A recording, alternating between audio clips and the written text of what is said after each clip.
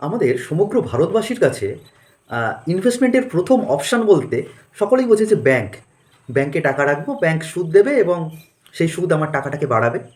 তো ব্যাংকেই বেশিরভাগ ভারতবাসীরা পছন্দ করে এবং ব্যাংকের প্রধান দুটো ইনভেস্টমেন্টের মাধ্যম হচ্ছে সেভিংস এবং ফিক্সড ডিপোজিট, এফডি। তো আমাদের আজকের আলোচনা ফিক্সড ডিপোজিট নিয়ে। ফিক্সড ডিপোজিটে ইনভেস্টমেন্ট করা কতটা যুক্তিযুক্ত? এটা কি আদৌ লাভজনক? এটা কতটা যুক্তিযুক্ত ফিক্সড ডিপোজিটে ইনভেস্টমেন্ট করা? এটা কি আমাদের টাকাকে বাড়াতে পারে? কতটা পরিমাণ টাকা ফিক্সড ডিপোজিটে রাখা উচিত? আজকে এই সমস্ত কিছু নিয়ে আলোচনা হবে আমাদের এই মানি এডুকেশন পার্ট 2-তে। তো চলো শুরু করা যাক আজকের ভিডিও। তো মানি এডুকেশন পার্ট 1-এই আলোচনা করেছিলাম যে ফিক্সড ডিপোজিটে আমি টাকা তো রাখছি, সুদ পাচ্ছি। কত সুদ পাচ্ছি না, 5.5 থেকে খুব বেশি হলে 6.5 এরকম সুদ পাচ্ছি আগে। বর্তমানে এটা এটা 2022 সাল, তো পরবর্তীতে হয়তো সুদ বাড়বে, কিন্তু আজ থেকে 5-6 বছর আগেও আমি যদি দেখি সুদের হার কিন্তু ছিল 7, 8, 9% অব্দি সুদের হার ছিল, এরকম তার থেকেও বেশিও ছিল। তো বর্তমানে সুদের হার অত্যন্ত কম এবং গত মানি এডুকেশন পার্ট 1 পর্বে আমি বোঝানোর চেষ্টা করেছি যে আমাদের যে মূল্য বৃদ্ধি হচ্ছে, ইনফ্লেশন হচ্ছে, প্রতিনিয়ত যে জিনিসের মূল্য বাড়ছে, ঠিক আছে, তো সেইটার সাথে কিন্তু এফডি কখনোই পাল্লা দিতে পারছে না। মানে এটাও আমি দেখানোর চেষ্টা করেছি, কোনো জিনিসের দাম যদি 100 টাকা হয়, সেটা আগের বছর 100 টাকা থাকে, সেটা বর্তমানে বেড়ে হয়েছে 110 টাকা। কিন্তু ফিক্সড ডিপোজিটে আমি আগের বছর 100 টাকা যদি রেখে থাকি, বর্তমানে সেই দামটা কিন্তু হবে 105 টাকা কি 6 টাকা কি 7 টাকা। আমার ঘাটতি কত হচ্ছে? ঘাটতি 3 টাকা কি 4 টাকা মতো ঘাটতি হচ্ছে। তাহলে আমরা দেখতে পাচ্ছি যে টাকার মূল্য কিন্তু কমছে। তো আমি যে টাকাটা রেখেছিলাম 1 বছর আগে ব্যাংকে, সেটা खत्म। Bye bye, tata, goodbye, गया। এখন আসা যাক যে এফডিতে কাদের কতটা ইনভেস্টমেন্ট করা উচিত। দেখো, তোমার তোমার বয়স যদি খুব কম হয়, তুমি সবে মাত্র চাকরিতে ঢুকেছো, সবে মাত্র ঢুকেছো, তোমার বয়স 20 থেকে 25-এর মধ্যে কিংবা তার একটু বেশি, তাহলে তুমি এফডিতে খুব অল্প পরিমাণে টাকা রাখো। যেটুকু তোমার এমার্জেন্সি ফান্ড, সেটুকুই টাকা রাখো। মানে তুমি তোমার ধরো চট করে প্রয়োজন হলো, তুমি এফডিটা ভাঙিয়ে তুলে নিতে পারবে, তাতে তোমার হয়তো সামান্য কিছু পেনাল্টি কাটবে। এবার এই পেনাল্টি কাটার ব্যাপারটা, সেটা নিয়ে আমি পরে আসছি। আগে আলোচনা করা যাক যে এফডিতে ইনভেস্টমেন্টের বাকি প্রসিডিওরগুলো। তো 20 থেকে 25 বা তার থেকে একটু বেশি হলেও তুমি তোমার ইনভেস্টমেন্টের 10% বা 20% বা বা তোমার এমার্জেন্সি ফান্ড হিসেবে তুমি যতটা রাখতে চাও, ধরে নিচ্ছি 1 লাখ বা 2 লাখ টাকা টোটাল অ্যামাউন্ট, সেটা তুমি রেখে দিলে, এফডিতেই রেখে দিলে।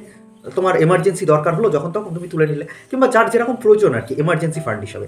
কারণটা কি, এখানে কারণটা বলে রাখি যে এমার্জেন্সি ফান্ড কেন প্রয়োজন। এমার্জেন্সি ফান্ড এই জন্য প্রয়োজন যে তুমি যদি স্টক মার্কেট বা মিউচুয়াল ফান্ডে যদি ইনভেস্ট করো টাকা, তাহলে সেখানে কিন্তু মার্কেটের পরিস্থিতি কখন কী থাকবে সেটা কিন্তু বলা সম্ভব হয় না। মানে কখনো মার্কেট খুব হাই, কখনো মার্কেট খুব ডাউন হতে পারে। অবশ্য আমাদের ইন্ডিয়ার এই গ্রোয়িং ইকোনমিতে লং টার্মে অবশ্যই ভালো একটা রিটার্ন পাওয়া যাবে, সেটা সকলেরই বিশ্বাস আছে।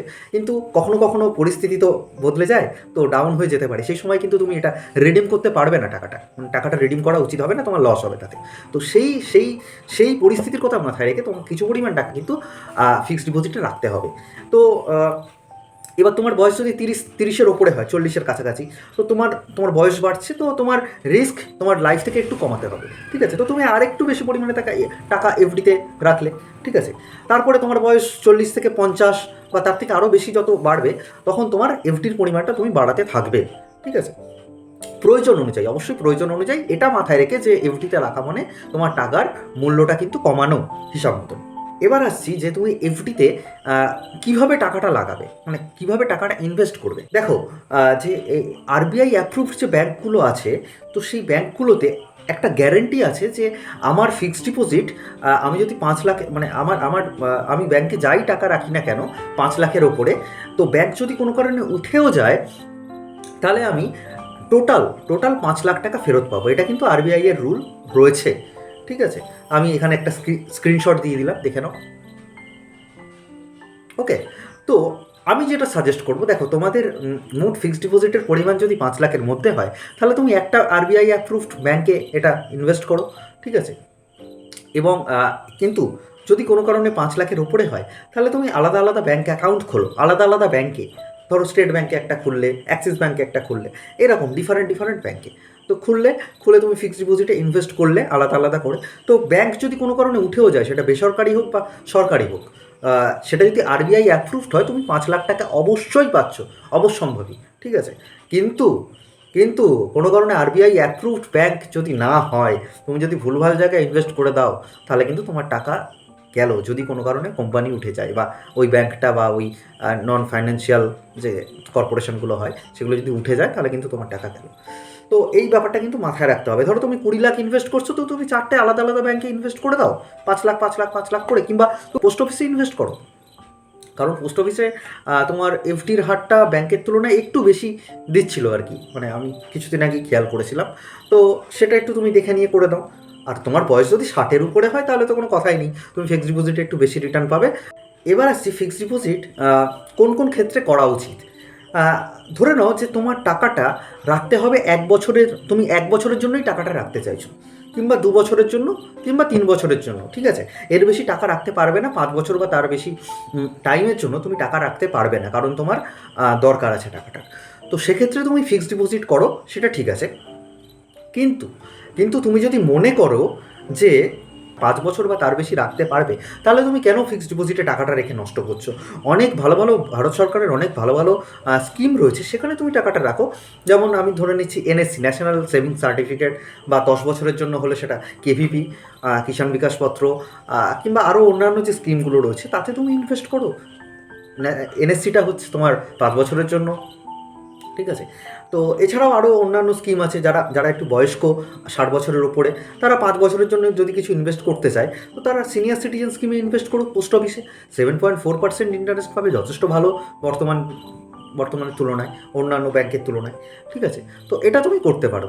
ঠিক আছে, আর আর দ্বিতীয় কথা হচ্ছে ফিক্সড ডিপোজিট। তুমি ধরো দেখলে স্টেট ব্যাংকে তোমার 5.5% দিচ্ছে, তাহলে তুমি স্টেট ব্যাংকেই কেন করবে ফিক্সড ডিপোজিট? তুমি কোনো একটা আরবিআই অ্যাপ্রুভড যে স্মল ফাইন্যান্স ব্যাংক যেগুলো রয়েছে, স্মল ফাইন্যান্স ব্যাংক, হ্যাঁ মনে হবে এই ব্যাংক তো উঠে যেতে পারে, কিন্তু বাবা ওটা তো আরবিআই অ্যাপ্রুভড ব্যাংক। ঠিক আছে, ওখানে তুমি যদি ইনভেস্ট করো, ব্যাংক যদি উঠেও যায়, তুমি 5 লাখ টাকা ইনভেস্ট করলে, ওখানে তোমার সুদটা তো বেশি তুমি পাচ্ছই। ওই সমস্ত ব্যাংকগুলোতে সাধারণত 7-এর উপরে সুদ দেয়। ঠিক আছে, 7 থেকে 8%ও সুদ দিয়ে দেয়। ঠিক আছে, বছরে। তো সেই তুমি ভালো অ্যামাউন্টে সুদ পাচ্ছ।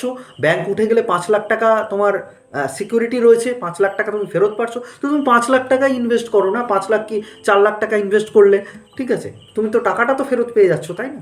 তাহলে সমস্যার তো কিছু নেই। তো সেটা বুঝে শুনে ইনভেস্ট করো, তো তাতে করে তোমার রিটার্নটা বেশি হবে। ঠিক আছে, আর আরেকটা কথা আমি বলে দিচ্ছি, সেটা হচ্ছে ধরো তোমার কাছে টাকা আছে কিছুটা, এবার ভালো অ্যামাউন্টের একটা টাকা আছে, 1 লক্ষ টাকা, তুমি সেটা সেভিংস অ্যাকাউন্টে ফেললে, তুমি এটা চাইছো যে তোমার যখন প্রয়োজন হবে তুমি টাকাটা তুলতে চাও, কিন্তু তুমি সুদটা পেতে চাও হচ্ছে ফিক্সড ডিপোজিটের মতো। তারও কিন্তু অবস্থা আছে, সেটাকে বলা হয় অটো এফডি। অটো এফডি বা কোথাও কোথাও সেটা মোড ব্যালেন্স হিসাবে থাকে। ঠিক আছে, তো এই ব্যাপারটা যে অটো এফডি বা মোড ব্যালেন্স, এই জিনিসটা কিন্তু তোমার করা যায়। ঠিক আছে, এটাকে বলা হয় হচ্ছে অটো সুইপ ফেসিলিটি। এখানে তুমি তুমি যদি তোমার সেভিংস অ্যাকাউন্টে কিছু পরিমাণে টাকা রাখো, বা তোমার, আমি ধরে নিচ্ছি স্যালারি এলো, তো তুমি এরকমভাবে ফিক্স করে রাখতে পারো যে 25,000 টাকা, তোমার 25,000 টাকার লিমিটের ওপরে যদি কোনো টাকা এসে যায়, সেই টাকাটা, সেইটা একটা পার্টিকুলার অ্যামাউন্টের টাকা, সেই টাকাটা অটোমেটিক্যালি ওটা এফডিতে চলে যাবে। ধরে নিচ্ছি তোমার ব্যাঙ্ক অ্যাকাউন্টে 1 লাখ টাকা জমা পড়লো সেভিংস অ্যাকাউন্টে, তোমার 25,000 টাকার লিমিট করা আছে, তুমি সেই 25,000 টাকার লিমিটের উপরে বাকি যে 75,000 টাকা, সেটা কিন্তু অটো এফডি হয়ে যাবে, মোড ব্যালেন্স হিসাবে থাকবে। ব্যাঙ্ক ওয়াইজ এই টার্মটা ভ্যারি করে। ঠিক আছে, এবার তুমি এই 75,000 টাকার এফডি রেটের কিন্তু ইন্টারেস্ট পাচ্ছ। এবার তোমার মনে হলো যে আমার 25,000 টাকা তুমি খরচা, যে রিমাইনিং যে 25,000 টাকা রয়েছে সেটা তুমি খরচা করে ফেললে, তোমার আরও টাকা দরকার, সেটা তুমি ফিক্সড ডিপোজিট থেকে ভাঙাতে চাইছো। নর্মাল যদি ফিক্সড ডিপোজিট থেকে ভাঙাতে চাও, নর্মাল যদি কোনো ফিক্সড ডিপোজিট করো 1 বছর বা 2 বছরের জন্য, তাহলে কিন্তু তুমি সেটা ভাঙাতে চাইলে তোমার ওই পুরো 75,000 টাকার কিন্তু একটা যে পেনাল্টি, সেটা কিন্তু কেটে নেবে ইন্টারেস্টের উপরে। কিন্তু এক্ষেত্রে তুমি ধরো 75,000 টাকা রয়েছে, সেখান থেকে 5,000 টাকাই তুলছো, তাহলে কিন্তু ওই মাত্র 5,000 টাকার উপরে যে পেনাল্টিটা, সেটা কিন্তু জাস্ট কাটা হবে। বাকি টাকা কিন্তু পেনাল্টি কাটা হবে না। ধরে নিচ্ছি তোমার 75,000 টাকা, সুতরাং 5,000 তুললে 70,000 টাকা। ওই 70,000 টাকার তুমি ফিক্সড ডিপোজিটের ইন্টারেস্ট রেটেই কিন্তু ইন্টারেস্ট পেতে থাকবে। শুধুমাত্র 5,000 টাকার ওই পার্টিকুলার টাইম অবধি যতটা ইন্টারেস্ট হয় ততটুকুই পাবে, তার বেশি পাবে না।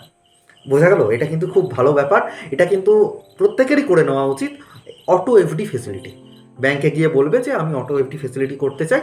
এবার ডিফারেন্ট সেভিংস অ্যাকাউন্ট টাইপ অনুযায়ী এটা ভ্যারি করে, সেই ব্যাপারটা ব্যাংকে গিয়েই জেনে নিতে হবে। এটা খুব ভালো ফেসিলিটি। যখন তখন আমি মানে ফিক্সড ডিপোজিটের আমি ইন্টারেস্টও পাচ্ছি, আবার যখন ইচ্ছা হচ্ছে আমি এটিএম থেকে টাকাও তুলে নিতে পারছি। এর থেকে ভালো সুবিধা কোথাও নেই। তো আমি যেটা সাজেস্ট করব যে আর এখানে একটা কথা বলে রাখি, হ্যাঁ, এই 75,000 আর 5,000 দিয়ে এক্সাম্পলটা দিলাম। এটা যদি 75 লাখ আর 5 লাখ দিয়ে এক্সাম্পলটা দিতাম, তাহলে কিন্তু এখানে যে লসের যে পরিমাণটা হতো, তোমার যে লস হতো না, বিশাল অ্যামাউন্টের লস হতো। যদি তুমি 75 লাখের একটা এফডি ভেঙে সেখান থেকে 5 লাখ টাকা তুমি খরচ করার জন্য 75 লাখের একটা এফডি ভাঙছো, সেটার অ্যামাউন্টটা কিন্তু বিশাল বড় হয়ে যেত। তো এই ব্যাপারগুলো কিন্তু মাথায় রাখতে হবে। আমাদের মানি এডুকেশনের এটাই উদ্দেশ্য যে আমাদের কিভাবে লাভ হয় সেটাই আমাদের দেখার। তো সবশেষে কনক্লুশনে আমি এটাই বলবো যে দেখো, ফিক্সড ডিপোজিটে যতটা কম পারবে ইনভেস্ট করো, যতটা কম পারবে। এটাকে ইনভেস্টমেন্টও বলা যায় না, ঠিকঠাক করে ইনভেস্ট করো। কোথায় ভালো ইন্টারেস্ট দিচ্ছে সেটা খেয়াল করো। আরবিআই অ্যাপ্রুভড কোন কোন ব্যাংকে, সেই ব্যাংকে অ্যাকাউন্ট খুলে তুমি ইনভেস্ট করো। 5 লাখ টাকার বেশি এফডি ইনভেস্ট করো না, তাতে করে ব্যাংক যদি কোনো কারণে উঠে যায় তাহলে কিন্তু তোমার বাকি টাকাটা গেল। ঠিক আছে? তো আরবিআই অ্যাপ্রুভড যে নিয়ম রয়েছে সেই অনুযায়ী কিন্তু তুমি 5 লাখ টাকা ফেরত পেতে পারো যে কোনো ব্যাংক থেকে। 5 লাখ টাকা সর্বোচ্চ যে নিয়মটা রয়েছে, তো সেটা করে দেখতে পারো। এবং তোমার যদি 5 বছরের বেশি সেই টাকাটা কোনো একটা সেফ জায়গায় রাখার ক্ষমতা, মানে তোমার যদি মনে হয় 5 বছরের বেশি রাখবে, তাহলে ফিক্সড ডিপোজিট করো না। অন্যান্য স্কিম রয়েছে, সেগুলো নিয়ে আমি পরেও আলোচনা করব। পোস্ট অফিসের স্কিম রয়েছে অনেক, কিংবা আরও অন্যান্য যে ভারত সরকারের যে স্কিমগুলো রয়েছে তাতে ইনভেস্ট করতে পারো, যথেষ্ট লাভজনক। আর মোড ব্যালেন্সের কথা অবশ্যই ভাবতে পারো, মানে অটো এফডির কথাটা, তাতে করে তোমাদেরই লাভ হবে। তো এই ছিল হচ্ছে ফিক্সড ডিপোজিট সম্পর্কে সমস্ত গুরুত্বপূর্ণ তথ্য। তো আশা করি এই ভিডিওটা তোমাদের ভালো লাগলো। আমাদের চ্যানেলে কিন্তু শুধুমাত্র ফিক্সড ডিপোজিট নয়, মানি এডুকেশন সম্পর্কে পরপর আরও অনেক গুরুত্বপূর্ণ তথ্য নিয়ে ভিডিও আসতে চলেছে। হ্যাঁ, stock market, gold investment, bond investment, এরকম আরও অনেক ছোট ছোট তথ্য, বড় তথ্য, কোথায় কিভাবে কি করবেন সমস্ত কিছু নিয়ে কিন্তু আসতে চলেছে ভিডিও। তো অবশ্যই চ্যানেলটাকে সাবস্ক্রাইব করে রেখো, ভিডিওটাকে লাইক করো, আর বেল আইকন অবশ্যই প্রেস করে রাখো, যাতে করে আমাদের এই নতুন মানি এডুকেশনের ভিডিও যখনই আসবে তোমরা নোটিফিকেশান পেয়ে যাবে। প্রত্যেকটা উইকে আমি একটা করে মানি এডুকেশনের ভিডিও দেওয়ার চেষ্টা করব। তো আজকের মতো এই পর্যন্তই, ধন্যবাদ।